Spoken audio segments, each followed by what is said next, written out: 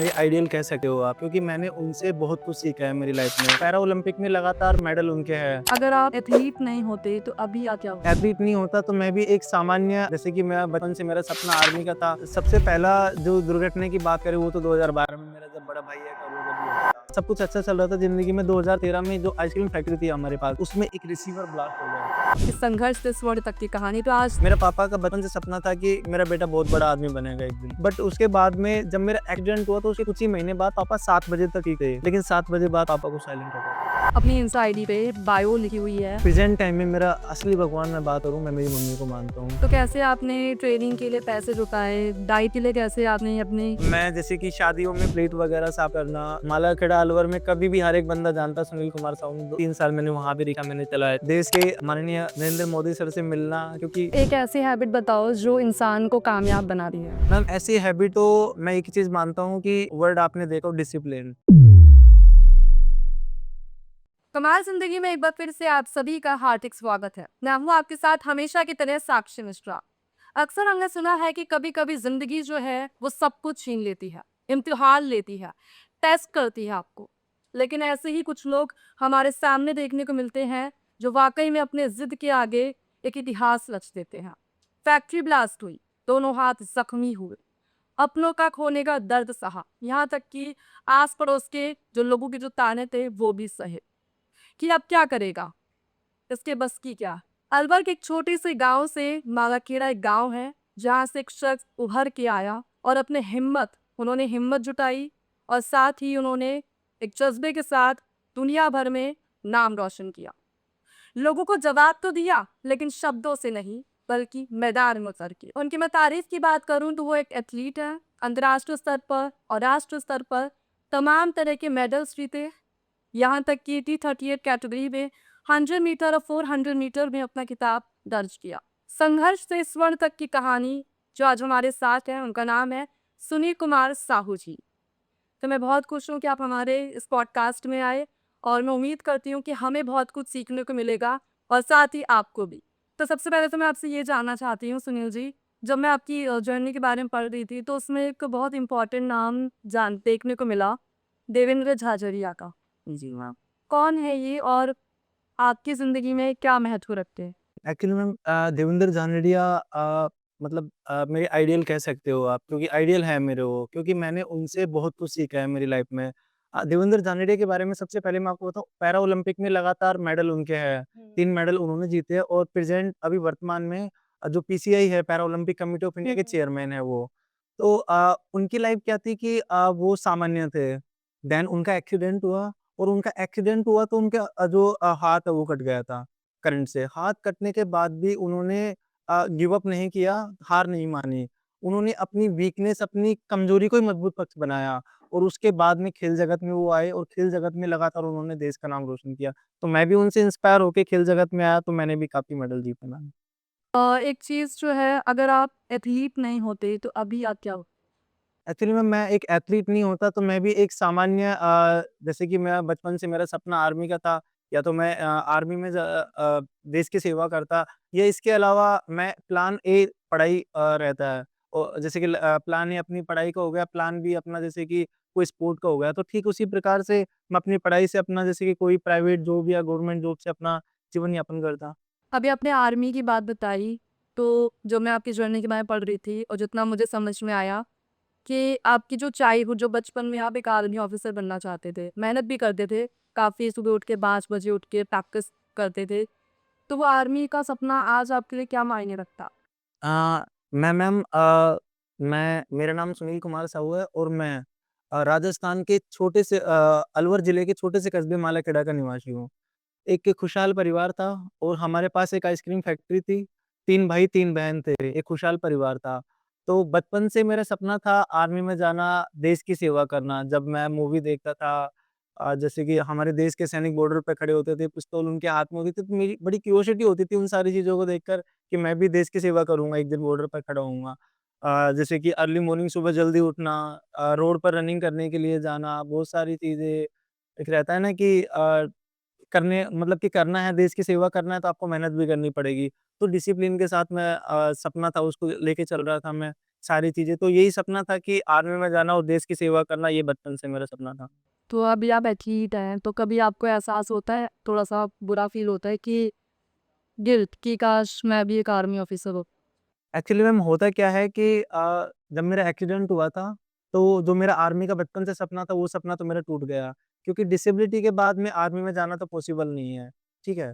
उसके बाद में भगवान ने मेरे को मंज़िल तो एक दी थी, लेकिन रास्ते अलग दे दिए थे।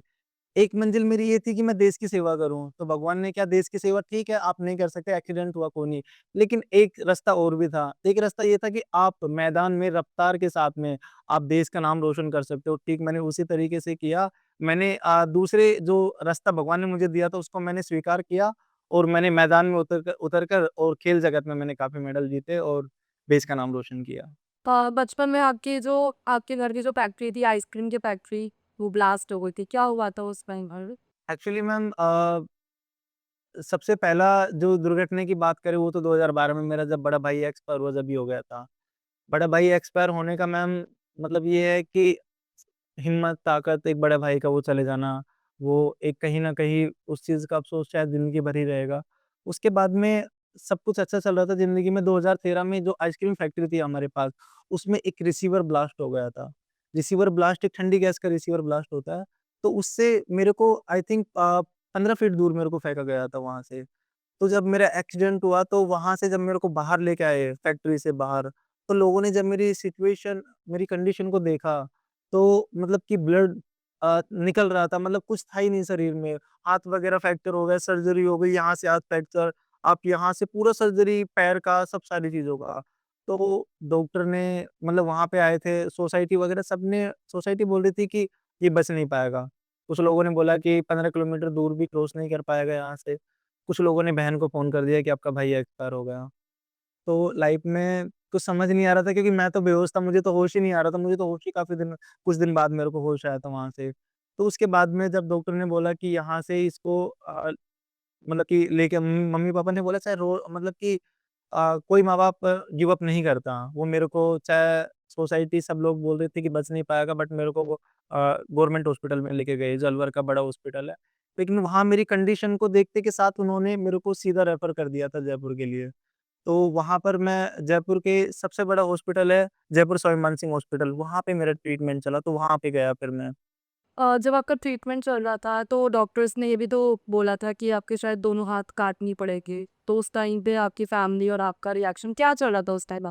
एक्चुअली मैम आप एक जो एक छोटा-सा बच्चा होता है, उसका एक सपना होता है कि वो आर्मी में जाना और देश की सेवा करना। लेकिन जब मैं हॉस्पिटल में गया, तो कुछ दिन बाद जयपुर स्वामी मान सिंह हॉस्पिटल में मेरी जब आँख खुली थी, तो डॉक्टर ने बोला कि इसके दोनों हाथ कटेंगे। आप समझ सकते हो कि एक बच्चा होता है जिसका एक सपना होता है कि आर्मी में जाने का, लेकिन वो सपना टूट जाता है। बट वो सोचता है कि अब क्या होगा ज़िंदगी में, कैसे ज़िंदगी की लड़ाई जब मैं खुद को देख रहा था वहाँ पर कि मेरे दोनों हाथ-पैर बिल्कुल और डॉक्टर बोल रहे हैं कि दोनों हाथ कटेंगे। बट मेरी मम्मी ने बोला कि चाहे हम रोड पे रह लेंगे लेकिन हम बच्चे के हाथ नहीं कटने देंगे। वहाँ से मेरे को एक प्राइवेट हॉस्पिटल है वहाँ पे मेरा ट्रीटमेंट चला। प्राइवेट हॉस्पिटल में गया और वहीं पे मैंने जो मेरा ट्रीटमेंट था वो वहीं पे चला उसके बाद में। और उसके बाद आप 1-2 साल घर में ही बंद रहे, मतलब बेड पर मतलब लेटे रहे और हाथ-पैर नहीं चला पा रहे थे। तो उस टाइम पे आपके फिज़िकली से ज़्यादा मेंटली आपके लिए कितना मुश्किल? एक्चुअली मैम जब प्राइवेट हॉस्पिटल में जब मेरा ट्रीटमेंट चल रहा था, तो मैं ज़िंदगी और मौत से लड़ रहा था। आईसीयू में मैं कुछ टाइम था मैं। तो आईसीयू में था तो उस टाइम मैं ज़िंदगी मौत से लड़ रहा था। मुझे ज़िंदगी में कुछ समझ ही नहीं आ रहा था कि चल क्या रहा है। क्योंकि एक तरफ मशीनों की आवाज़, दूसरी तरफ वो स्मेल जो गोली दवाइयाँ होती हैं उनकी, तीसरी तरफ सर्जरी हो रही है, कभी ऑपरेशन हो रहे हैं। तो मैं ये सोचता था कि एक टाइम ऐसा था कि मैं सोचता था कि मैं देश की सेवा करूँगा, मेरे हाथ में पिस्तौल होगी, बंदूक होगी, बॉर्डर पे खड़ा रहूँगा। बट उसके बाद में जब मेरा सपना वो अपनी स्थिति को देखता हूँ, डिसेबिलिटी को, तो मैं भगवान से यही प्रे कर रहा था कि भगवान मैं ज़िंदा क्यों हूँ? इससे अच्छा आप मुझे उठा लेते क्योंकि डॉक्टर ने जब बोला दोनों हाथ कटेंगे तो जब प्राइवेट हॉस्पिटल में उन्होंने बोला कि हम कोशिश करेंगे। बट मैं पूरा डिपेंड हो चुका था मेरे पेरेंट्स के ऊपर। मेरी मम्मी-पापा, भाई-बहन क्योंकि मैं ना खा सकता, ना पी सकता, ना टॉयलेट कर सकता, ना फ्रेश हो सकता, मैं कुछ भी नहीं कर सकता। आप समझ सकते हो मैं कितने बुरे वक़्त से गुज़र रहा था। मैं भगवान से यही क्वेश्चन करता कि भगवान मैं ज़िंदा क्यों हूँ? कुछ लोग मिलने के लिए आते भी थे, डिसेबिलिटी जब देखते तो बहुत सारे ताने भी रहते थे कि अब ये क्या करेगा? कुछ लोग तो बोलते भी थे कि मैंने देखा है कि ऐसे लोग भीख माँगते हैं, अनजाने में लोग बोलते थे। तो बहुत सारे ताने मेरे मन में थे सब चीज़ों का कि भगवान इससे अच्छा मैं ज़िंदा क्यों हूँ? लेकिन वहाँ से ट्रीटमेंट वगैरह चलता रहा मेरा, मैं घर आया तो भी सेम कंडीशन थी, बेड पे ही रहता था मैं, ना उठ सकता, ना खा सकता, ना पी सकता, लाइफ में कुछ समझ ही नहीं आ रहा था क्या चल रहा है। ऐसा लग रहा था कि ये एक सपना है, मैं सपना तो नहीं देख रहा हूँ मैं, क्योंकि ऐसा तो नहीं हो सकता, इतना बुरा तो नहीं हो सकता किसी के। अभी आप जो चीज़ें बता रहे हो मैं जनरली इमेजिन कर रही हूँ, मेरे ये वो सोच पाना ही बहुत, इवन मेरे हाथ पैर शिविर हो रहे हैं आप ये बात सुनकर। तो जाहिर सी बात है कि आप पे तो बीती यही सब चीज़ें हैं, तो मेरे लिए तो सिर्फ सुन के ही शिविर कर जाना हाथ। और आप तो पता नहीं कैसे, लेकिन सच में सल्यूट है आपको। और जैसे कि अभी आपने सारी चीज़ें बताई कि ये संघर्ष हुआ, इसलिए मैंने स्टार्टिंग में इंट्रो में ही बोल दिया था कि संघर्ष से स्वर्ण तक की कहानी। तो आज सच में आपसे तो मैं पूरी कहानी सुन के जाऊँगी। और जनरली मेरे को भी ऐसा लगता है कि आपकी बहुत सारी बातों से मैं जहाँ भी लाइफ में पहुँचूँगी, उसमें आपका कहीं न कहीं एक इम्पोर्टेंट रोल रहेगा और शायद जो लोग देख रहे हैं, उनके लिए भी होगा। जैसे कि आपने बताया कि आपके घर में ये सब चीज़ें चल रही थी, तो उसके बाद आपके फादर जो थे, वो भी उनका भी देहांत हो गया था। और आपके भाई, आपकी बहन, तो उस टाइम पे आपने खुद को कैसे सँभाला? अपनी आपने हिम्मत कैसे जुटाई? एक्चुअली मैम ये मेरी ज़िंदगी का सबसे कठिन समय था, जब मैं 2012 में मैंने अपने बड़े भाई को खोया था। आपको पता है बड़े भाई को खोने का मतलब होता है मैम एक हाथ टूट जाना, हिम्मत टूट जाना, ताकत टूट जाना, खत्म हो जाना। उसके बाद में कुछ महीने बाद ही एक्सीडेंट हुआ मेरा। तो एक्सीडेंट हुआ तो डॉक्टर पापा से एक चीज़ बोलते थे कि आपका बेटा हम कोशिश करेंगे ठीक करने की, बट हम प्रॉमिस नहीं कर सकते कि हम पहले जैसा ठीक कर देंगे। तो आइसक्रीम फैक्ट्री में सपोर्ट मैं करता था पापा का, तो सारी चीज़ें चल रही थी लाइफ में। बट हुआ क्या था कि सब सारी चीज़ें ठीक ही चल रही थी ज़िंदगी में। लेकिन पापा एक ही चीज़ मेरे से बोलते थे कि बेटा कब ठीक होगा? क्योंकि मेरा पापा का बचपन से सपना था कि मेरा बेटा बहुत बड़ा आदमी बनेगा एक दिन। बचपन से था और बचपन से एक चीज़ बोलते थे कि बेटा तेरे को बहुत बड़ा बनना है, ऐसा बनना है मतलब अपने आप को उस लेवल पर आपको लेके जाना है कि लोग एक प्राउड फील करें मेरे पे, ये राजू का लड़का है। तो ऐसा था। तो पापा से बोलते पापा मैं एक दिन आपका नाम रोशन करूँगा, आप देखना। आपका और देश का दोनों का मैं नाम रोशन करूँगा। जब मैं रनिंग करने के लिए मैं जाता था, मैं पापा से बोलता। बट उसके बाद में जब मेरा एक्सीडेंट हुआ तो उसके कुछ ही महीने बाद पापा 7 बजे तक ठीक थे। लेकिन 7 बजे बाद पापा को साइलेंट अटैक आ गया। पापा को साइलेंट अटैक आने का मतलब ऐसा समझो कि आपको ज़िंदगी में जीने की कुछ बचा नहीं है, सब कुछ भगवान ने छीन लिया। क्योंकि एक वो मेरे पापा जो एक अच्छे से अच्छे हॉस्पिटल में मेरा ट्रीटमेंट करना, मेरे को कभी इस चीज़ का चाहे कर्ज़ा लेके मेरे को अच्छे से जैसे कि ट्रीटमेंट की बात करें या रहने की, खाने की, पीने की सब सारी चीज़ों की सुविधाएँ मेरे को देना। कभी मेरे को ये नहीं लगा आज सर्जरी हो रही है, आज ऑपरेशन हो रहा है बट उसके बाद भी पापा ने हमेशा मेरे को हर एक चीज़ में सपोर्ट किया। और एक मेरी हिम्मत भी थी जब मेरे पापा होते थे कि देखो मतलब कि शायद एक ऐसी सिचुएशन भी थी जब कर्ज़े वगैरह की बात आई थी कि कुछ लोग शायद पता नहीं सपोर्ट कर पाते या नहीं कर पाते बट मेरे पापा-मम्मी ने बहुत सपोर्ट मेरा किया था। बट जब मेरे पापा एक्सपायर हुए तो ऐसा लगा जैसे सब कुछ ही भगवान ने छीन लिया। मेरी हिम्मत, ताकत जो मेरी विल पावर भी कह सकते हो सब सारी चीज़ें भगवान ने छीन ली। तो मैं बहुत परेशान था, डिप्रेशन में भी था, टेंशन में था, मुझे कुछ समझ नहीं आता ज़िंदगी में चल क्या रहा है। क्योंकि वो सपना मतलब वो मेरी लाइफ में एक टर्निंग पॉइंट था कि जब मेरे पापा एक्सपायर हुए, बट मैंने उस दिन एक प्रॉमिस किया था पापा आज आप इस दुनिया में नहीं हैं, लेकिन मैं अपनी जो विकलांगता है उसी को अपना मजबूत पक्ष बनाऊँगा और मैं आप एक मेरे से एक बात बोलते थे कि मेरा बेटा बहुत बड़ा आदमी बनेगा और नाम रोशन करेगा। मैं एक दिन पापा आपका भी और पूरे देश का मैं नाम रोशन करूँगा। ये मैंने उस दिन संकल्प लिया था। उसके बाद में मैंने कंटिन्यू आगे मैं चला, लेकिन मौत का सिलसिला रुकने का नाम नहीं ले रहा था। अगले साल ही मेरी बड़ी बहन भी एक्सपायर हो गई।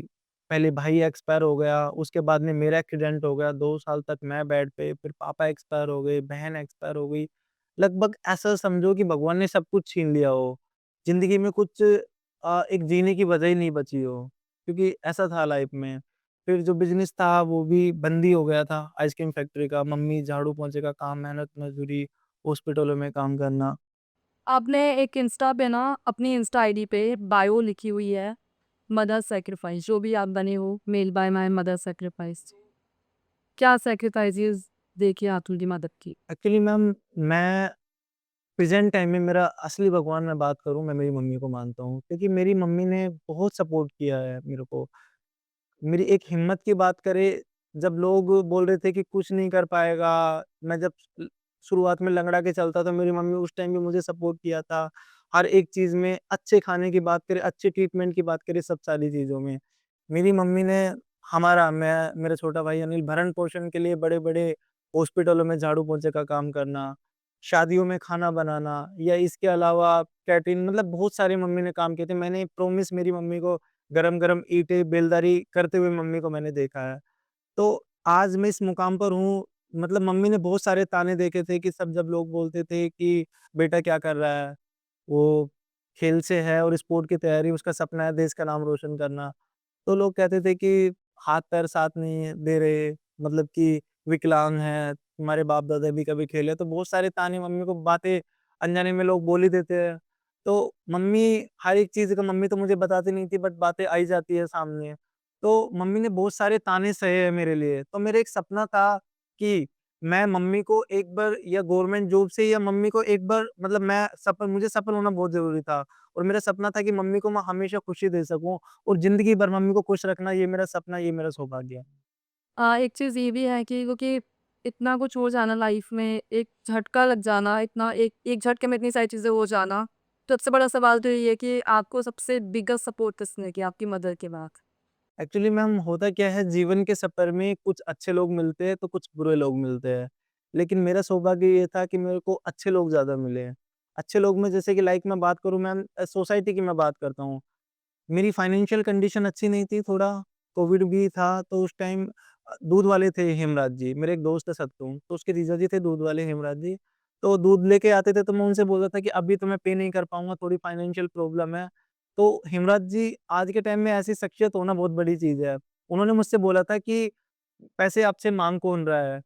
एक वो इंसान सुनील कुमार साहू जिसके दोनों हाथ ठीक नहीं है, जिसकी घर की स्थिति अच्छी नहीं है और जिसने भाई, पापा, बहन तीनों को खो दिया, उसके बाद भी वो सपना देखता है देश का नाम रोशन करने का। अगर इस सिचुएशन में हम आपको सपोर्ट नहीं करेंगे तो कौन आपको सपोर्ट करेगा? इसका मतलब हमारे अंदर इंसानियत नहीं है। तो उनके जो शब्द थे उन्होंने मेरे को काफ़ी मोटिवेट किया, तो उन्होंने मेरे को सपोर्ट भी किया। उसके बाद मैं आज साल भर के करीब हो गया बट उन्होंने ये नहीं बोला कि मुझे दूध के पैसे चाहिए। तो ऐसी शख्सियत को मैं सैल्यूट मारता हूँ। इसके अलावा लाइक मैं बात करूँ रेंट वाला था हमारे प्रेम जांगड़ जी, तो उनके काफ़ी टाइम हो भी जाता।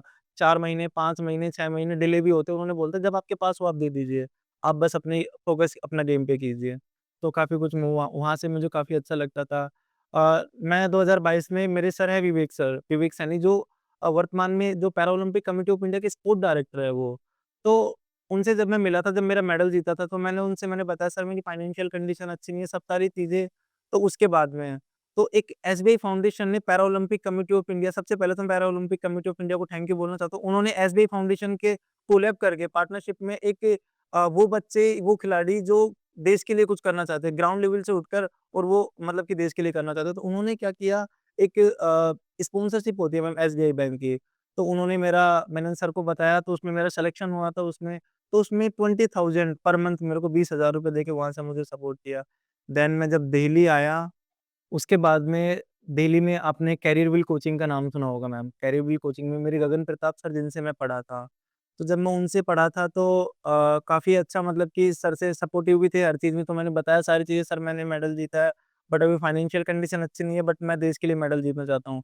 गगन प्रताप सर ने इनवाइट भी किया, मेरा वहाँ पर एक पॉडकास्ट भी था तो मतलब लोगों को ये एक क्लास से ये मोटिवेट किया कि ये बच्चा कर सकता है तो आप क्यों नहीं कर सकते?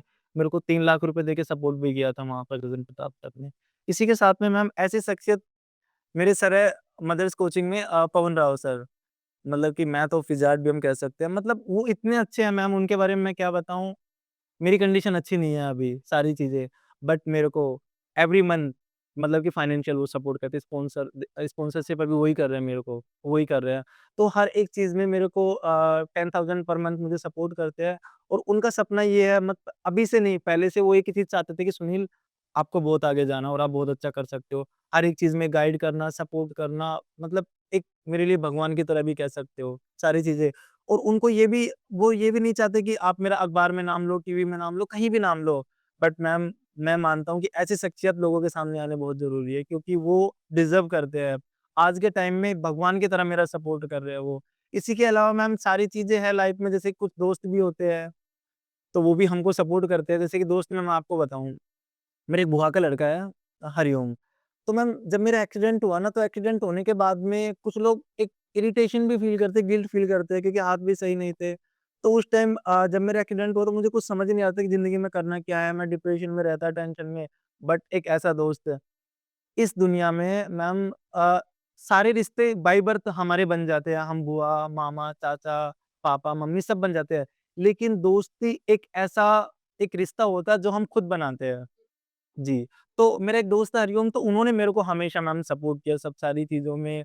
एक गाइडेंस की बात करें, मेरे को ऐसे-ऐसे एग्ज़ाम्पल लेके आता था मेरे सामने कि देखो ये अभी कलेक्टर बने हैं, इनके देखो हाथ नहीं है, इनके देखो पैर नहीं है, ये अभी इस चीज़ में सेलेक्टेड है गवर्नमेंट में, इसके ये प्रॉब्लम है। भाई इन्होंने देखो अपनी वीकनेस को स्ट्रेंथ बनाया है, तो आप भी ये सारी चीज़ें कर सकते हो। सुनील तेरे में कितना टैलेंट भी है सब सारी चीज़ों में।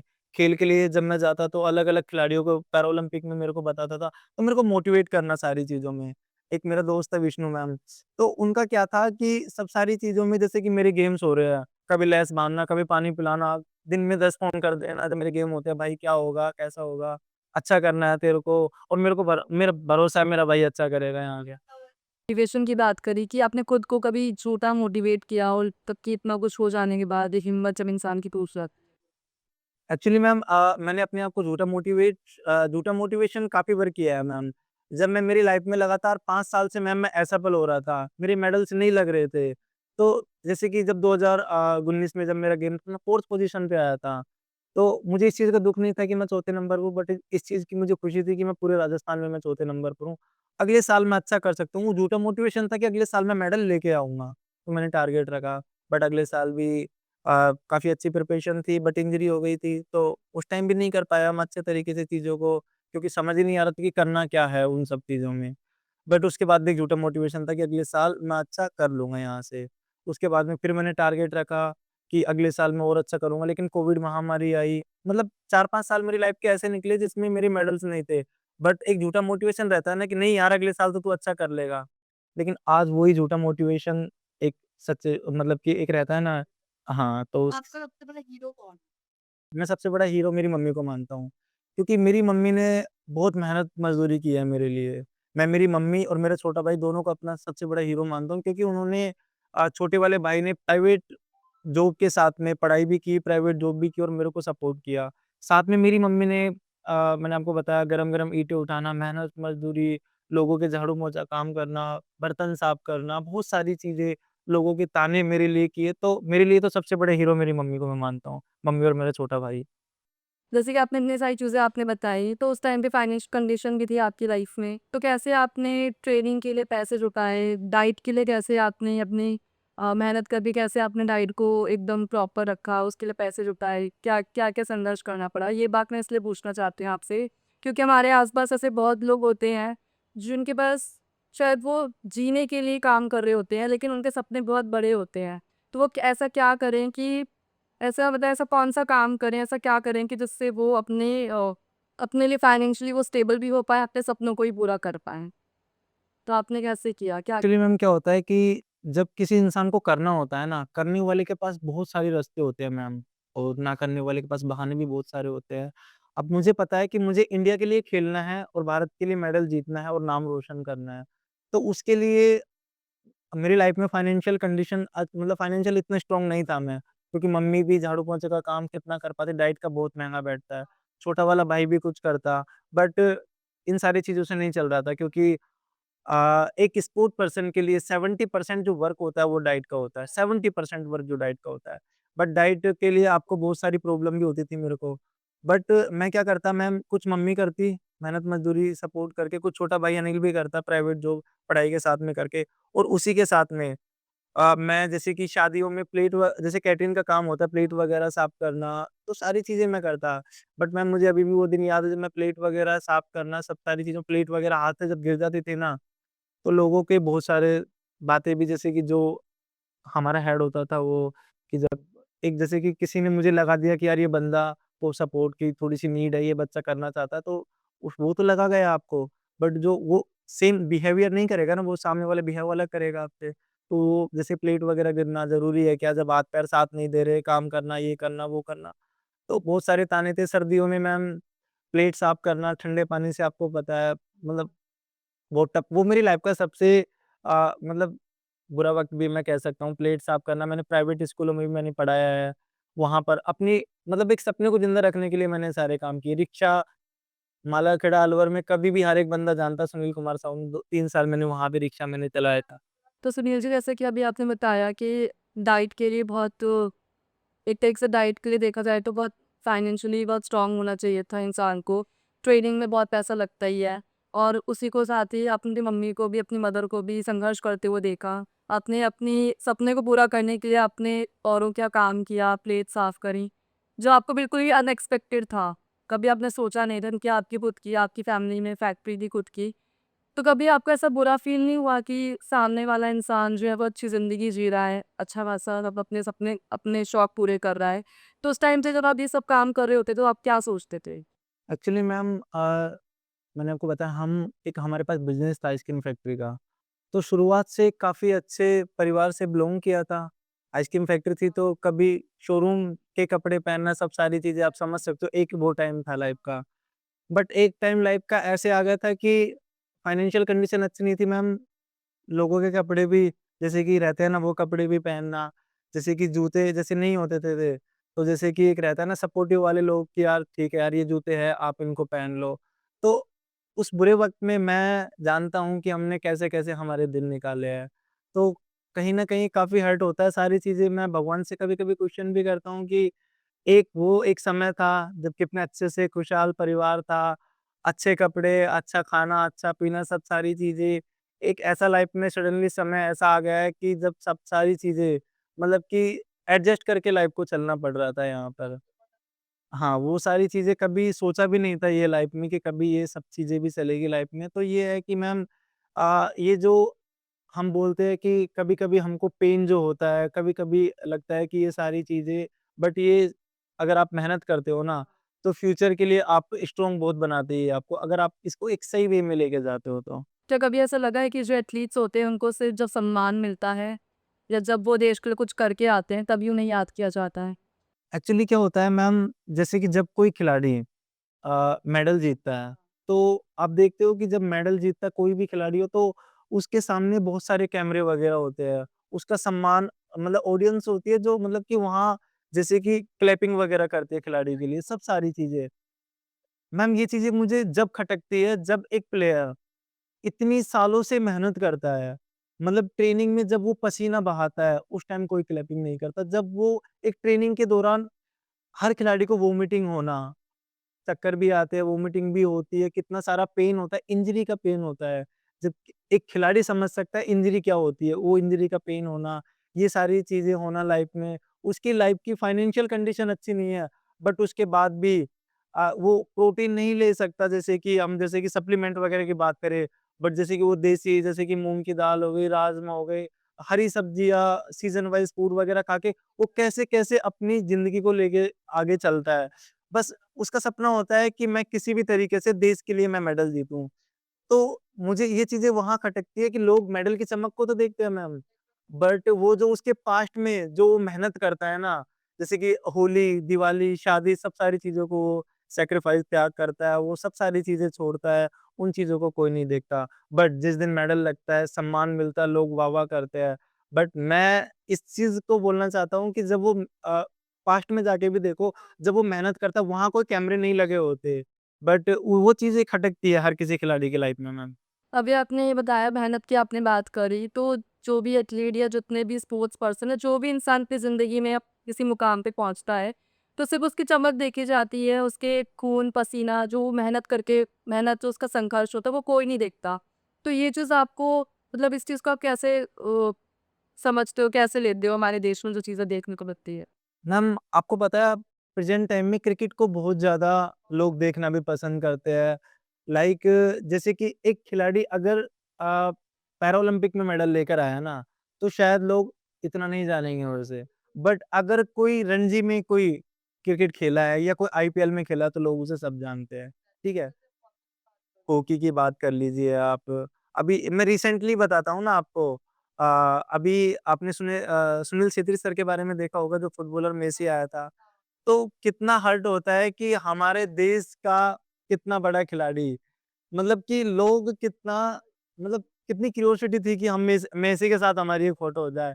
बट देश का कितना बड़ा खिलाड़ी सुनील छेत्री सर जैसे हैं, कितने बड़े खिलाड़ी हैं वो जिन्होंने फुटबॉल, क्रिकेट अगर फुटबॉल की बात करें जैसे कि हम नहीं जानते थे बट उनको देख के हम कितना कुछ सीखे हैं। तो उन चीज़ों को कोई नहीं मानता। हम मतलब हम क्रिकेट जैसे कि इंडियन को क्या करना चाहिए, हमारे लिए सबसे पहले हमारा मेसी कौन है? सुनील सर है हमारे मेसी। ये चीज़ें होनी चाहिए। बट होता क्या है कि जिस दिन मेडल लगता है खिलाड़ी की लाइफ में, तो लोग उसको एप्रिशिएट भी करते हैं। वाह यार! बहुत अच्छा किया है आपने। जैसे कि सभी जगह उसको सम्मानित भी करते हैं, तालियाँ वगैरह बजाना, बहुत सारी कैमरे की जो आप देखते हो चारों तरफ कैमरे वगैरह होते हैं, वीडियोग्राफी चलते हैं। बट उसके पास्ट में भी जाके देखो ना, उसने कितने सारी मेहनत की है, कितने सैक्रिफाइस किए हैं। इवन ऐसा भी होता है, बहुत सारे लोग ऐसा भी बोलते हैं कि बस मेहनत करते रहो, चाहे फेलियर आए, चाहे लोग ताना दें, चाहे कुछ भी हो, बस करते रहो। और ये लाइन किसी और की नहीं बल्कि जो हमारे फुटबॉलर हैं सुनील जी की है। तो उन्होंने ये चीज़ बोली है, एक पॉडकास्ट के माध्यम से ये चीज़ें बोली थी कि चाहे लाइफ में कुछ भी हो, बस काम करते रहो और वही कर रहे हैं। और शायद आपने भी उसको जी मैम, बिल्कुल, बिल्कुल। सुनील जी इतने बड़े-बड़े खिताब थे और इतने लोग ने आपको सम्मान किया, तो कैसा लगा आपको? मैम जब हम स्पोर्ट में जब मेडल जीतते हैं तो कहीं न कहीं मैं आपको बताता हूँ 2000 अभी रिसेंटली जब मैंने इंटरनेशनल गेम में सिल्वर मेडल जीता, तो इंटरनेशनल में जब सिल्वर मेडल जीता तो मैंने ट्वीट की थी माननीय Bhupendra Yadav central minister sir ने। तो मुझे काफ़ी अच्छा लगा भूपेंद्र यादव सर ने जब मैंने ट्वीट की उसके बाद मेरे को दिल्ली बुलाया सम्मानित के लिए, तो मुझे काफ़ी अच्छा लगा वहाँ से। उसके बाद में राजस्थान के मुख्यमंत्री भजन लाल सर ने मेरे को सम्मानित किया। उप मुख्यमंत्री प्रेमचंद बैरवा जी, दिया कुमारी मैम, शिक्षा मंत्री मदन जी दिलावर, अशोक गहलोत पूर्व मुख्यमंत्री, Sachin Pilot sir, cabinet cabinet मंत्री संजय शर्मा सर। इसी के अलावा आप बात करें तो नेता प्रतिपक्ष माननीय टीकाराम जूली सर जो हमारे ग्रामीण क्षेत्र के विधायक भी है वहाँ के। तो इन सभी ने लगभग मेरे को बुलाया और पर्सनल अकाउंट पे ट्वीट डाल के लगभग सभी ने मेरे को बधाई दी थी। अ, अपने भारत के केंद्रीय खेल मंत्री माननीय मनसुख मांडविया जी ने भी मेरे को सम्मानित किया था।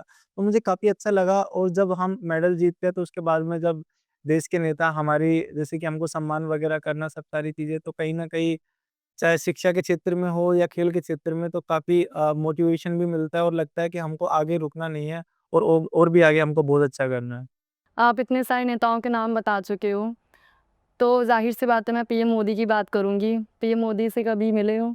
मैम उनसे मिला तो नहीं हूँ बट जिस तरीके से मैं अभी मेहनत कर रहा हूँ तो मेरा सपना भी है देश के माननीय नरेंद्र मोदी सर से मिलना क्योंकि मेरा नहीं शायद हर किसी खिलाड़ी का सपना होता है उनसे मिलना। तो मेरा भी है मैं चाहता हूँ कि जल्दी जब मैं अ, अच्छा करूँ खेल में और जल्दी मेरे को सर इनवाइट करे और मैं भी मिलूँ सर से। जब पीएम मोदी आपके सामने होंगे तो आपके दिमाग में क्या चल रहा होगा? एक्चुअली मैम कह भी सकते हैं कि एक सपना भी है क्योंकि एक रहता है ना कि हर एक क्यूरियोसिटी होती है हर किसी खिलाड़ी की कि जब वो खेल में अच्छा करे क्योंकि आपने देखा होगा जब वर्ल्ड कप टीम जीत कर आती है या पैरा ओलंपिक में मेडल जीत के आते हैं या एशियन गेम में मेडल जीत के आते हैं तो सबको इनवाइट करते हैं साथ में डिनर करना। अभी आपने ब्लाइंड क्रिकेट में देखा होगा या टी20 वर्ल्ड कप में महिला लेके आई है तो सबको बहुत अप्रिशिएट करते हैं। तो हर किसी की क्यूरियोसिटी भी होती है तो मेरी भी है कि मैं सर से मिलूँ जल्दी और सर के हाथ से मेडल पहनना और सर को थैंक यू बोलना क्योंकि मैं तो माननीय नरेंद्र मोदी सर जो अपने प्रधानमंत्री उनका ही धन्यवाद बोलना चाहता हूँ। उनके प्रयासों से भारत में पहली बार जो खेलो इंडिया पैरा गेम उनकी शुरुआत हुई थी, तो मैं मानता हूँ कि खेल में कहीं न कहीं काफ़ी बढ़ भी रहा है आगे भी मैम। मैं उम्मीद करती हूँ कि अब आप जब यहाँ से जाएँ तो ज़रूर आप पीएम मोदी से आगे 1 साल या 2 साल जब भी मौका मिले आप ज़रूर मिलें पीएम मोदी से। आप एक कोच भी हैं तो काफ़ी सारे लोगों को आप ट्रेनिंग भी देते हैं, एक सही डायरेक्शन देते हैं। तो ज़ाहिर-सी बात है कि जो डिसेबिलिटी वाले जो लोग होते हैं उनको कैसे आप ट्रेन करते हैं? एक्चुअली मैम मैं एक स्पोर्ट पर्सन के साथ एक कोच भी हूँ। बट मैं चाहता हूँ कि मतलब कि जो भगवान ने मुझे योग्यता दी है, खेल में जो मेरे पास है, जो भी जो मैंने मेहनत की है, मेरे पास एक्सपीरियंस की बात करें, नॉलेज की बात करें, वो दोनों चीज़ें मेरे अंदर है सब सारी चीज़ें। तो मैं चाहता हूँ कि मैंने मेरी लाइफ़ में देखा है कि जब मैं ट्रेनिंग करता तो मतलब कि लोगों को मतलब कि एक फीस वगैरह पे करने में बहुत प्रॉब्लम होती थी। और कुछ इसकी वजह से स्पोर्ट नहीं भी खेल पाते। बट मैं ऐसे लोगों को मैम ट्रेनिंग कराता हूँ जो फाइनेंशियल जिनकी कंडीशन अच्छी नहीं है। या बात करें जिनके अंदर एक जुनून, एक जज़्बा है कि मुझे करना है। या बात करें जो डिसेबल है, जैसे कि जो मेरे भाई-बहन हैं उनको मैं फ्री में ट्रेनिंग कराता हूँ, मैं किसी से कोई चार्ज वगैरह नहीं लेता। बट मैं इसको एक क्रम में लेता हूँ कि मैं अच्छा लोगों के साथ करूँगा तो मेरे साथ अच्छा होगा, क्योंकि मैं आपको एक एग्ज़ाम्पल देता हूँ। मेरा एक दोस्त है, स्टूडेंट भी है मेरा, अनुभव चौधरी। उसके घर की स्थिति की मैं बात करूँ, उसके जो पापा है, उसकी मम्मी नहीं है, घर में कोई भी नहीं है। डिसेबल है, फाइनेंशियल कंडीशन बिल्कुल भी अच्छी नहीं है। लेकिन मैं ऑनलाइन वगैरह ट्रेनिंग कराता हूँ, तो ऑनलाइन ट्रेनिंग वगैरह भी की है, सारी चीज़ें उसने। तो उसका सपना था कि मैं, मतलब कि खेलो इंडिया गेम था उससे पहले और नेशनल भी था कि मैं अच्छा करूँ यहाँ से और मुझे मेडल जीतना है। मैंने बोला निश्चित भाई आप अच्छा करोगे, आप करो। उसने लगातार तैयारी की और आप बिलीव नहीं करेंगे मैम कि खेलो इंडिया में एक मेडल जीतना ही, मतलब खेलो इंडिया खेलना ही बहुत बड़ी चीज़ होती है। उसने खेलो इंडिया में 100 मीटर में सिल्वर मेडल और 400 मीटर में 2 सिल्वर मेडल जीता और उसने ये चीज़ें भी साबित करके दिखा दी कि विकलांगता एक अलग चीज़ है, लेकिन मुझे अपनी वीकनेस, अपनी विकलांगता को अपना मजबूत पक्ष बनाना है। उसके नेशनल गेम में भी 5 मेडल उसने जीते हैं मैम, तो काफ़ी अच्छा लगा।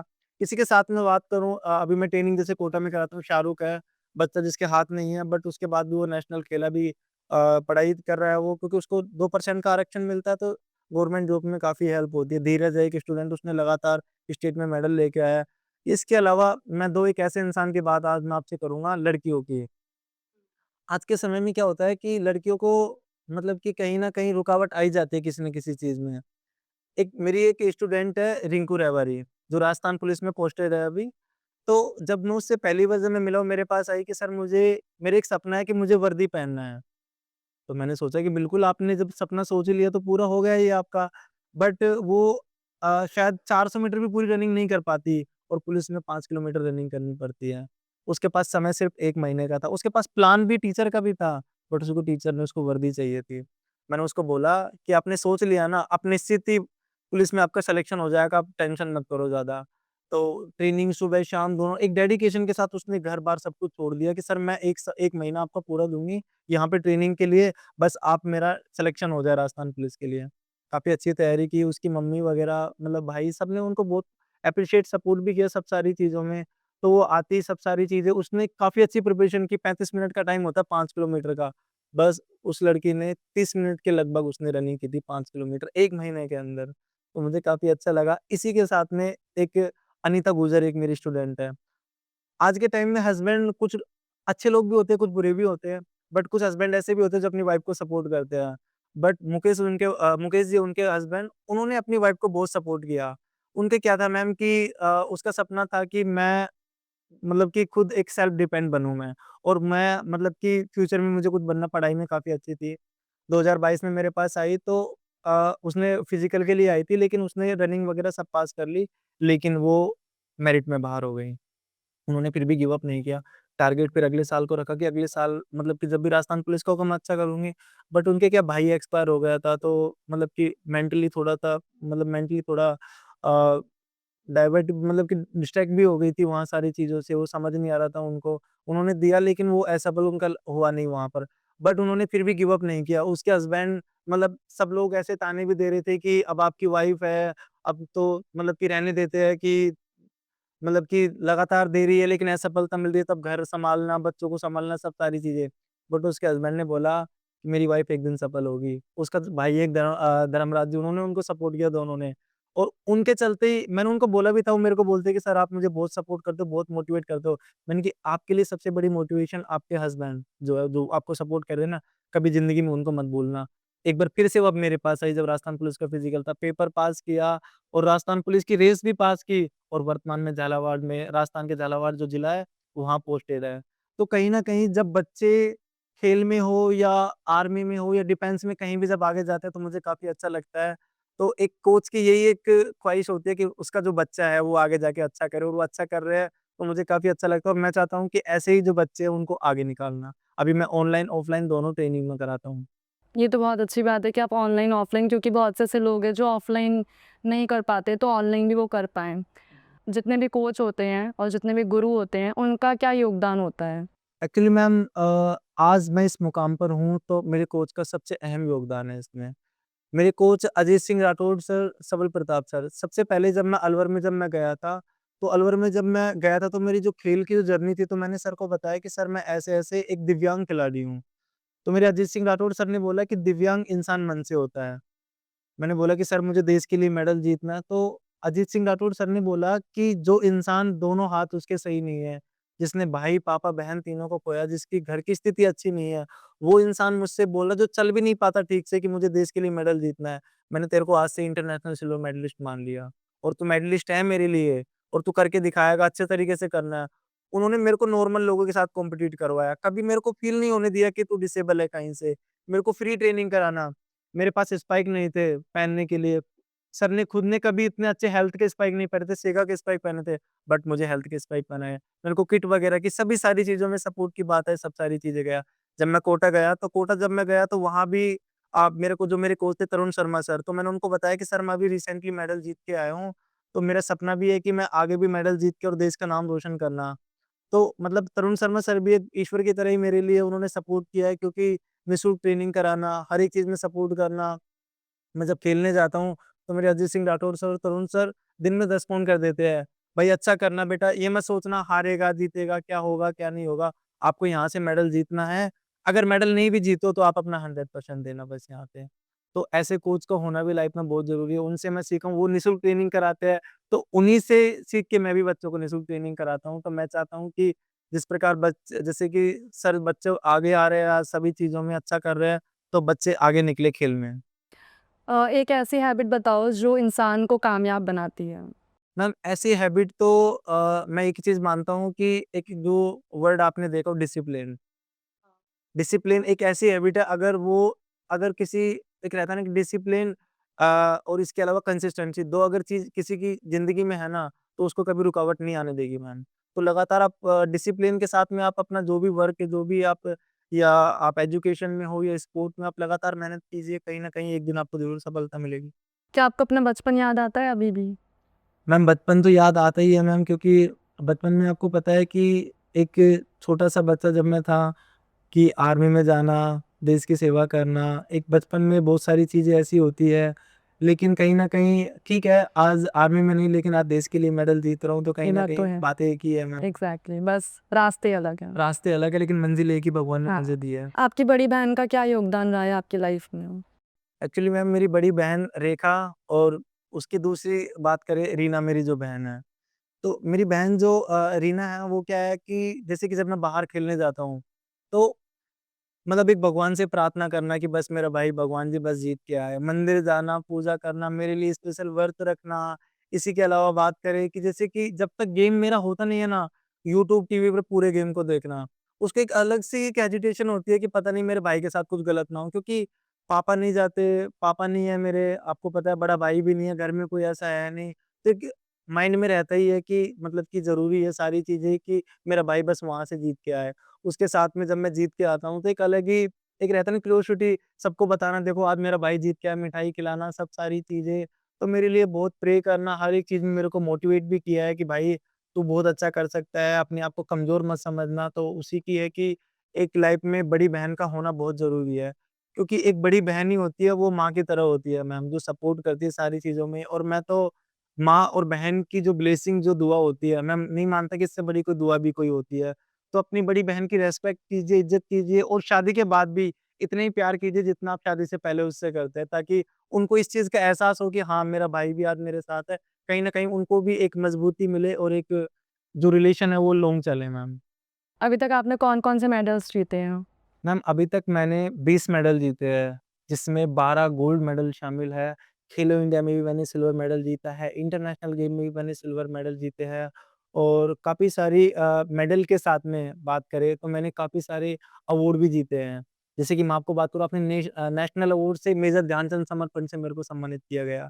इसी के साथ में बात करूँ एक स्वर्ण Bharat India proud book of record के द्वारा मेरे को स्वर्ण भारत से अवार्ड से मेरे को सम्मानित किया गया। रेडियंस अवार्ड सीज़न 2 में as a sports celebrity guest के रूप में मेरे को इनवाइट किया और मेरे को सम्मानित किया। एक गैल्वेनाइज़र अवार्ड था वहाँ पर एज़ ए स्पोर्ट्स सेलिब्रिटी गेस्ट के रूप में मेरे को इनवाइट किया, वहाँ पर मुझे सम्मानित किया गया। डिस्ट्रिक्ट अवार्ड पूर्व कैबिनेट मंत्री शकुंतला मैम के द्वारा मेरे को वहाँ पर सम्मानित किया गया, कलेक्टर जितेंद्र सोनी सर के साथ में। और इसी के साथ में अगर मैं बात करूँ, एक स्टेट अवार्ड होता है, राजस्थान सरकार देती है, सर्वश्रेष्ठ विशेष योगदान पुरस्कार, वो भी मेरे को मिला, उससे मेरे को सम्मानित किया गया। और इसी के साथ में मैंने काफ़ी अवार्ड वगैरह, एक राइफा अवार्ड का आपने नाम सुना होगा, राजस्थान का लगभग शायद सबसे बड़ा अवार्ड राइफा अवार्ड से मेरे को सम्मानित किया गया था वहाँ पर, as a guest of honour के रूप में मेरे को सम्मानित किया गया था। तो काफ़ी अच्छा लगा जब खिलाड़ी को मेडल के साथ में जब अचीवमेंट मिलती है, तो कहीं न कहीं उसको एक मोटिवेशन मिलता है और वो और भी आगे अच्छा कर। तो अभी तक आपने 20 से ज़्यादा मेडल्स जीते हैं और आपने एक-एक करके सारे मेडल्स बता दिए हैं। तो मैं ये जानना चाहती हूँ कि जो आपको पहला मेडल, जो आपको पहले मेडल से जो नवाज़ा गया था, सम्मानित किया गया था, तो कैसा लगा था आपको? मैम जब फर्स्ट मेडल मैंने जीता था, तो मैंने गोल्ड मेडल जीता था पहली बार जब मैंने मेडल जीता। जब फर्स्ट गोल्ड मेडल जीता तो ऐसा लगा जैसे कि मैंने इंटरनेशनल गेम में गोल्ड मेडल जीता हो। और वहाँ से एक चीज़ तो कन्फर्म हो चुकी थी कि मैं कमज़ोर तो नहीं हूँ और मैं बहुत अच्छा मैं यहाँ से मैं कर सकता हूँ। और मैंने सोच लिया कि मुझे अपनी विकलांगता को अपना मजबूत पक्ष बनाना है। और जब मैंने वो गोल्ड मेडल जीता, तो ट्रैक पे खड़े होके मैंने अपने पापा से बोला था, "देखो पापा, आज आपका बेटा जीत गया।" और मतलब कि जो आपका सपना था कि मेरा बेटा एक दिन जब नेशनल, इंटरनेशनल मेडल जीते और देश का नाम रोशन करे, और आज देखो आपके बेटे ने मेडल जीता है और देश का भी नाम रोशन किया है। और आप जो बोलते थे कि बस ऐसा कुछ करना कि जो आपका पापा है, जो गर्व महसूस करे हमेशा, आप इस दुनिया में नहीं है लेकिन फिर भी आप जहाँ भी हो, मैं चाहता हूँ कि आपको हमेशा गर्व महसूस कराऊँ मैं आपको। तो काफ़ी अच्छा लगा। अगर आज आपके पिताजी जो हैं वो होते, तो आप उनसे क्या कहते? आज मेरे पापा जी होते तो मैं उनसे एक ही चीज़ कहता कि पापा, आपका जो सपना था, आपने जो मेरे लिए जो-जो अपनी ड्रीम रखी थी कि मेरा बेटा ये करेगा, मेरा बेटा एक दिन एक बहुत बड़ा आदमी बनेगा। आज आप इस दुनिया में नहीं है, लेकिन आपका बेटा कभी भी, जो मैंने आपसे बोला था कि स्मोकिंग की बात करे, ड्रिंक की बात करे, या कोई भी चीज़ ऐसी हो गई, गलत शौक मैं नहीं रखूँगा और आज भी मैं नहीं रखता। मैं हमेशा, मेरा सपना है पापा, आप इस दुनिया में नहीं है लेकिन मैं हमेशा आपको प्राउड फ़ील कराऊँ और आप ऊपर भी रहे तो गर्व से कह सको कि ये मेरा बेटा है। तो दोस्तों, ये था अभी तक की संघर्ष से स्वर्ण तक की कहानी। लेकिन अभी आप रुक जाइए, पॉडकास्ट अभी खत्म नहीं हुआ है। तो अब शुरू होने वाला है रैपिड फायर राउंड। तो सुनील जी, तो शुरू करते हैं। एक-एक वर्ड में आपको चीज़ें बतानी है। बचपन में सबसे ज़्यादा डाँट किस बात पे पड़ी? पढ़ाई पे, शरारत पे, या सुबह 5 बजे दूसरों को भी उठा देना? मैम सुबह 5 बजे जब मैं मम्मी को अपने भाई को जब मैं उठाता था सब सारी चीज़ों के लिए, क्योंकि जैसे कि मम्मी को सुबह उठाने के लिए तो सबसे ज़्यादा डाँट उसी चीज़ पे पड़ती थी कि ना तो खुद सोता है, ना दूसरे को सोने देता है। तो वो शरारतें थी सारी चीज़ें, बट कहीं न कहीं अब वो चीज़ें जब मम्मी देखती है तो कहीं न मम्मी को काफ़ी प्राउड फ़ील होता है। आप घर में ज़्यादा इमोशनल हो या ज़्यादा गुस्से वाले? मैम मैं इमोशनल ज़्यादा हूँ। हाँ, क्योंकि इमोशनल इसलिए क्योंकि मैम एक रहता है ना कि प्यार सब सारी चीज़ें, क्योंकि मेरा बचपन से इमोशनली ज़्यादा टच रहा, क्योंकि मुझे अपनी जो इमोशन की बात करें, जैसे कि एक जो प्यार का जो रहता है, जैसे कि मम्मी एक चीज़ बोलती थी मेरे से कि बेटा तेरे को बहुत अच्छा करना है, यहाँ से ऐसा करना है कि मतलब कि सभी आप पे गर्व महसूस करें। तो जब मैंने अपनी जो इमोशन को था, इमोशन को मैंने खेल में लेके आया स्पोर्ट में, और स्पोर्ट में ही मैंने इमोशन को एक एक रहता है ना कि एक ड्रीम बनाया कि मेरे को इंटरनेशनल में मेडल जीतना है और देश का नाम रोशन करना है। उसी को मैंने अपने इमोशन में रखा और वहीं से मैंने अपने मेडल भी जीता मैम। चीट डे पे कंट्रोल कैसे करते हो? 1 प्लेट खाओ या बस आज ही है बोल के 3 प्लेट खा लेते हो? एक्चुअली मैम मैं एक स्पोर्ट पर्सन हूँ, तो जैसे कि इन सारी चीज़ों पे एक स्पोर्ट पर्सन बहुत ज़्यादा कंट्रोल करता है। जैसे कि खाने की बात करें या फास्ट फूड, जंक फूड की बात करें, नहीं खा पाता। बट मैं जब भी दिल्ली आता हूँ या मुंबई जाता हूँ तो मोमोज़ ज़रूर खाता हूँ मैं। फ्राइड मोमोज़ मुझे बहुत ज़्यादा पसंद है और मुझे काफ़ी अच्छे लगते भी हैं, पनीर वाले जो होते हैं। बट एक जो स्पोर्ट पर्सन होता है वो ना के बराबर खाता है, बट मुझे ऐसी अपॉर्च्युनिटी मिलती है तो मैं ज़रूर उस चीज़ को स्वीकार करता हूँ। जैसे कि मैं साउथ में जाता हूँ तो मुझे एक सांभर वड़ा का नाम सुना हो? साउथ इडली, इंडियन हाँ, फूड। हाँ, तो फास्ट फूड मुझे वो वहाँ का जो साउथ का जो है वो मुझे काफ़ी अच्छे लगते हैं मैम। अगर आपकी लाइफ पर मूवी बने, हीरो का रोल करेंगे या खुद या कोई बॉलीवुड स्टार? मैम मैं हीरो का रोल करूँगा और उसमें मैं कोशिश करूँगा कि खुद ही मैं अपना रोल प्ले करूँ, क्योंकि जो मेरा संघर्ष था, जो मेरी अचीवमेंट है, जो मैंने सैक्रिफाइस जो सारी चीज़ें की है, वो शायद ही दूसरा पर्सन कर पाएगा, क्योंकि जो डिसेबिलिटी मेरे अंदर है, क्योंकि आप किसी को इंस्पायर करोगे तो वो सारी चीज़ें सामने वाले की भी होनी चाहिए ना। तो वो चीज़ें हैं मैम। कभी ऐसा मोमेंट आया जब आपको लगा हो कि आज तो प्रैक्टिस स्किप कर देते हैं, फिर किसी दिन कर लेते हैं? एक्चुअली मैम ऐसा मोमेंट मेरे लाइफ में बहुत आया कि आज स्किप कर देते हैं। बट मैम जो मम्मी थी हॉस्पिटलों में झाड़ू-पोंछे का काम करना, मेहनत मज़दूरी करना, छोटा भाई प्राइवेट जॉब के साथ मुझे सपोर्ट कर रहा है। तो कहीं न कहीं वो सारी चीज़ें मुझे कभी रेस्ट का मतलब कि ऐसा नहीं कि आज नहीं करते, कल करेंगे। यही था कि बस इतना काबिल बनना है कि मम्मी, छोटे भाई सबको हमेशा खुश रख सकूँ। एक अच्छा परिवार, एक अच्छा घर और उनको हमेशा ज़िंदगी भर खुश रख सकूँ। तो इसलिए कभी स्किप नहीं किया सारी चीज़ें। आप रोमांटिक टाइप हो या full focus only sports? Ma'am full focus क्योंकि मेरा टारगेट यही रहता है कि हमेशा इंडिया के लिए खेलना, इंडिया के लिए मेडल जीतना और देश का नाम रोशन करना। सबसे ज़्यादा खुशी कब मिलती है आपको? मेडल मिलने पर, अपनी माँ की स्माइल देखकर या जब लोग कहते हैं भाई इंस्पिरेशन हो? मैम तीनों चीज़ों से मिलती है। जब मैं तीनों चीज़ें इसलिए है मैम जैसे कि जब मैं मेडल जीतता हूँ, तो एक खिलाड़ी जब मेडल जीतता है तो वो एक अलग अलग प्राउड मोमेंट होता है जो सालों से वो तैयारी करता है कि एक खिलाड़ी मेडल के लिए तो तैयारी करता है, जो वो मेडल उसके हाथ में होता है और मेडल जो वो ऐसे फ़ोटोज़ वगैरह खिंचाते हैं आपने देखा होगा, तो सारी चीज़ें खिलाड़ी को काफ़ी अच्छा लगता है। साथ ही में उसके साथ में मम्मी, जब मम्मी को अपने हाथ से मेडल पहनाना, एक माँ जिसने मेहनत, मज़दूरी, इतनी सारी चीज़ें मेरे लिए लोगों के ताने देखे हैं, 5 साल से मैं असफल था, उसके बाद भी लोगों से लड़ी मेरे लिए। उनको जब मैंने अपने हाथ से जब पहली बार जब मैंने मेडल पहनाया था, तो मुझे काफ़ी अच्छा लगा था और बड़े इमोशनल मोमेंट था और इससे बड़ा सौभाग्य शायद कोई था भी नहीं मेरे लिए। और इसी के अलावा तीसरे पे सबसे बड़ी बात करूँ, लोग बोलते थे कि यार आप तो मतलब इंस्पिरेशन हो हमारे लिए। कुछ लोग होते हैं ना, वही लोग बोलते थे कि यार तू कुछ नहीं कर पाएगा लाइफ में या कुछ लोग ऐसे भी उस टाइम बोलते थे कि तुम्हारे बाप-दादा कभी इंटरनेशनल खेले हैं, ये सारी चीज़ें। बट जब वही लोग जब मेरे से बोलते हैं कि यार आप हम सभी के लिए इंस्पिरेशन हो, हम सभी को काफ़ी कुछ आपसे सीखने को मिलता है, तो मैं मानता हूँ कि इंसान को लगातार मतलब कि डाउन टू अर्थ रहो और अपना जो गोल है उस पे फ़ोकस कीजिए और लोग क्या बोलते हैं उसके बारे में बिल्कुल मत सोचिए, क्योंकि ये जो ताने होते हैं ना, ये आपको बहुत मजबूत बनाते हैं। आप इस पॉडकास्ट के माध्यम से अपनी माँ के लिए एक लाइन जो शायद कभी जब वो सामने होती हैं तो उनको वो चीज़ नहीं बोल पाते हो, तो क्या होगा? मैम मेरी माँ की सबसे अच्छी 2 लाइन मुझे लगती है वो यही है कि मेरी माँ एक चीज़ मुझसे अक्सर बोलती है, हमेशा बोलती रहती है कि अगर बड़ा बनना है ना, तो छोटा बनना सीख जाओ। आप लगातार आप मेहनत कीजिए और आज नहीं तो कल, कल नहीं तो परसों एक दिन आपको सफलता ज़रूर मिलती है। आप किसी चीज़ के लिए ज़्यादा मत सोचिए कि क्या होगा, क्या नहीं होगा, क्योंकि मम्मी ने बताया है कि जो जितने भी बड़ा मैंने देखा है कि मैम जो लाइफ में जो जितने बड़े लोग हैं, मैंने आपको बताया राजस्थान के मुख्यमंत्री, उप मुख्यमंत्री, शिक्षा मंत्री या सेंटर के लगभग सभी मंत्रियों से मैं मिला हूँ। मैंने देखा है मैम जो जितना बड़ा है ना, उतना ही सरल और सहज है। और मैंने देखा है कि उन लोगों के पास कोई ईगो, अहंकार नहीं है, तो हमारे अंदर क्यों? क्योंकि जो बड़े लोगों को मैंने जो भी सबसे मैं मिला हूँ, चाहे वो सेलिब्रिटी हो, चाहे वो एक्टर हो, सबसे तो मैंने देखा जो जितना बड़ा है, उतना ही सरल, सहज है। आपने अभी तक अपनी पूरी जर्नी बताई इस पॉडकास्ट के माध्यम से, तो एक मैसेज हमारी ऑडियंस को जो ज़िंदगी में कुछ करना चाहते हैं, तो वो मैसेज क्या होगा? मैम आज मैं इस मुकाम पर हूँ ना, तो इसमें सबसे बड़ा जो योगदान है, तो मैं मानता हूँ आस्था, कर्म और पुण्य। मैं 3 चीज़ों पे बहुत बिलीव करता हूँ और मैं बताना चाहूँगा कि आप भी इन चीज़ों पे बिलीव करो। मैम आस्था क्या होती है? आस्था का मतलब होता है एक दिशा देना। भगवान पे भरोसा करना।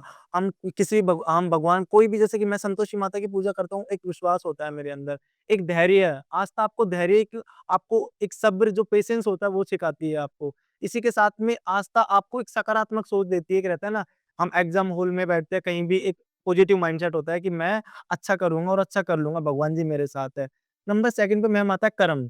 कर्म की कोई डेफिनिशन नहीं होती। कर्म का मतलब होता है किसी के लिए गलत ना सोचो, कोई भी लड़के के लिए गलत सोच नज़रिया हम रखते हैं या किसी के लिए गलत हम कोई भी हमारा इंटेंस होता है या किसी की आत्मा सताना हो गई या किसी के लिए एक रहता है ना कि मैं जैसे कि मैं किसी बस ट्रेन में जाता हूँ, कोई डिसेबल लड़का-लड़की दिखती है, कोई वृद्ध आदमी दिखता है या इसके अलावा कोई ऐसा पर्सन जो रहता है जैसे प्रेग्नेंट लेडीज़ हो गई कोई, तो मैं अपनी सीट उनको उनको देता हूँ। ये भी मैं एक कर्म मानता हूँ।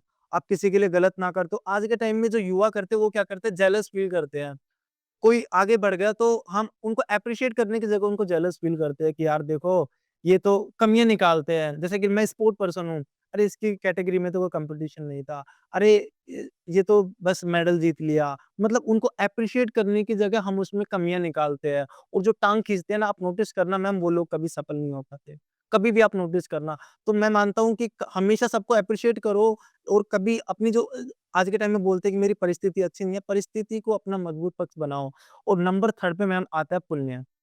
पुण्य इंसान को महान बनाता है अंदर से, ये सबसे बड़ी चीज़ है क्योंकि पुण्य पुण्य क्या क्या क्या रहता है मैम, जैसे कि आप कैपेबल सक्षम हो, नहीं हो आप, लेकिन आप जैसे कि जग से किसी को पानी पिला रहे हो आप, आपने धर्म के प्रति 100, 200, 500 आपने कंट्रीब्यूट किया। इसके अलावा आपने जैसे कि धर्म के लिए मैं एक छोटा-सा एग्ज़ाम्पल देता हूँ, हमारे माल एकेडमी टीम छावा है, तो मैम वो क्या करती है, जैसे गौ माता होती है, तो गौ माता कोई भी जैसे कि अपन जानवर की बात करें, उनको जैसे बचाने का जो काम होती है, वो टीम छावा करती है। तो उसमें क्या करती है, जैसे कि आपने तस्करी वगैरह गाय वगैरह कटने के लिए जाती है, आपने देखा भी होगा।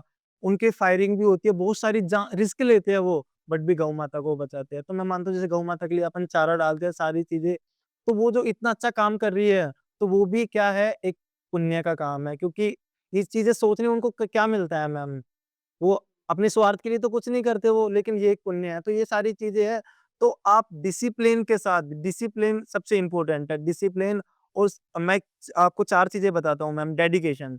सफलता के लिए डेडिकेशन बहुत ज़रूरी है। आपके अंदर आप कितना डेडिकेट हो कि मुझे ये एग्ज़ाम क्रैक करना है या मेरे को इंटरनेशनल मेडल जीतना है।